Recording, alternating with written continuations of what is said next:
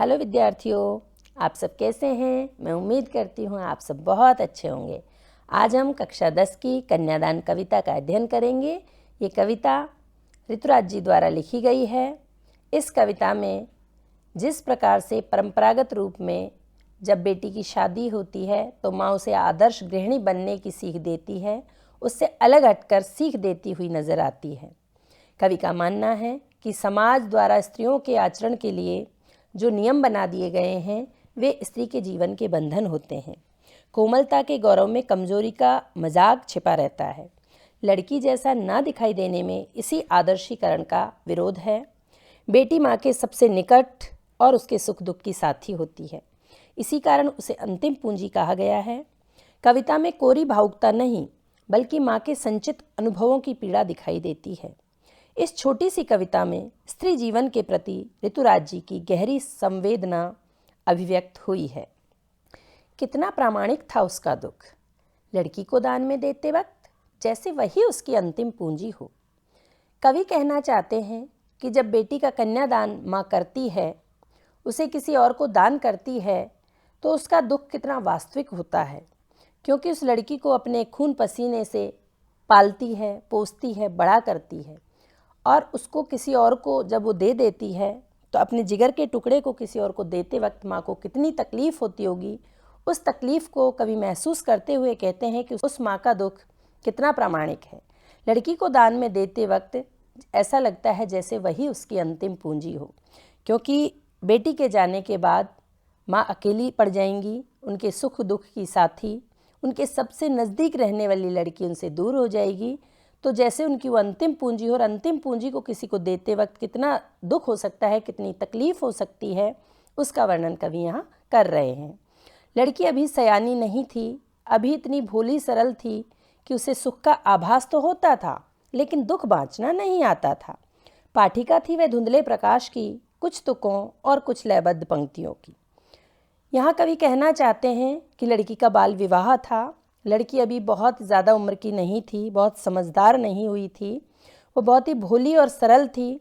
उसको दुख का आभास तो होता था, यानी विवाह होते वक्त एक लड़की जिस तरह से सुख के सपने देखती है, उन सपनों को तो वो देख सकती थी, उनके बारे में सोच सकती थी, उसका आभास कर सकती थी, लेकिन दुख बाँचना नहीं आता था। अर्थात उसके जीवन में या ससुराल में जाकर के किस किस परेशानी से उसका सामना होगा, कौन कौन से दुख उसके जीवन में आ सकते हैं, उन सब दुखों को पहचानने की समझ अभी इसमें नहीं थी। पाठिका थी वह धुंधले प्रकाश की, यानी जिस तरह से धुंधले प्रकाश में ठीक से दिखाई नहीं देता है, और एक पढ़ने वाला व्यक्ति कविता की पंक्तियों को थोड़ा जब दिखाई देता है तो उसकी तुकबंदी को और लयबद्ध पंक्तियों को ही देख पाता है, ठीक से उसको समझ नहीं पाता है, पढ़ नहीं पाता है।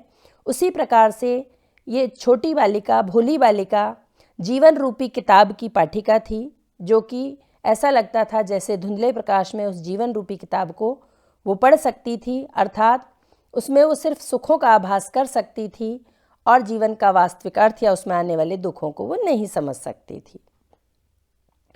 माँ ने कहा, पानी में झाँक कर अपने चेहरे पर मत रीझना, आग रोटियां सेकने के लिए है, जलने के लिए नहीं। वस्त्र और आभूषण शाब्दिक भ्रमों की तरह बंधन है स्त्री जीवन के। माँ ने कहा, लड़की होना पर लड़की जैसी दिखाई मत देना। अर्थात कवि कहते हैं कि माँ ने अपनी पुत्री को कहा कि पानी में झांककर अपने चेहरे पर मत रीझना, अर्थात अपने सौंदर्य पर गर्व मत करना, कभी घमंड मत करना। आग रोटियां सेंकने के लिए हैं, जलने के लिए नहीं। अर्थात माँ अपनी बेटी के भविष्य को लेकर आशंकित है, चिंतित है। माँ बेटी को सीख दे रही है कि कभी यदि उसके साथ कुछ गलत हो, कुछ परेशानी आए, तो वो अपने जीवन से हार ना मान ले। तो वो समझाती है कि कहीं आग का वो गलत इस्तेमाल कर ले और आग में जलकर मर जाए।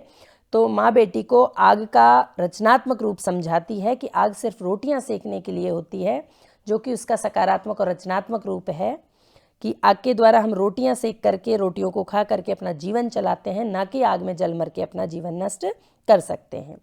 वस्त्र और आभूषण जिनके लालच में आकर स्त्री अपनी आज़ादी खो देती है या किसी के अधीन हो सकती है, तो उन चीज़ों को माने यहाँ बंधन बताया है स्त्री जीवन के, कि जिस तरह से कई बार शब्दों के भ्रम में व्यक्ति फंस जाता है, उलझ जाता है, उसी प्रकार से एक स्त्री वस्त्र और आभूषणों के लालच में फंस सकती है, अपने जीवन को बंदी बना सकती। माँ ने कहा लड़की होना पर लड़की जैसी दिखाई मत देना।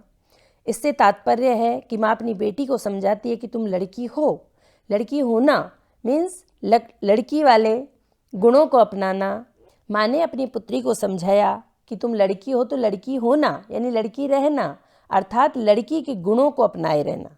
एक लड़की के गुण जो एक माँ, बहन और पत्नी में होने चाहिए अपने परिवार को अच्छे से चलाने के लिए, जिस तरह से सहनशीलता, मातृत्व, संवेदनशीलता, धैर्य, कोमलता, इन सब गुणों को अपनाना, इन गुणों को संजोए रखना, पर लड़की जैसी दिखाई मत देना।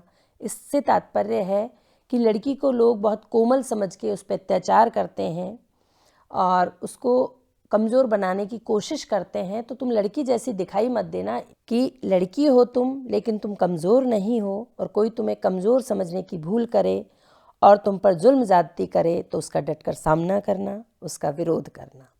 तो ये थी कविता कन्यादान। मैं उम्मीद करती हूँ कविता आपको बहुत पसंद आएगी और समझ भी आएगी। वीडियो देखने के लिए बहुत बहुत धन्यवाद।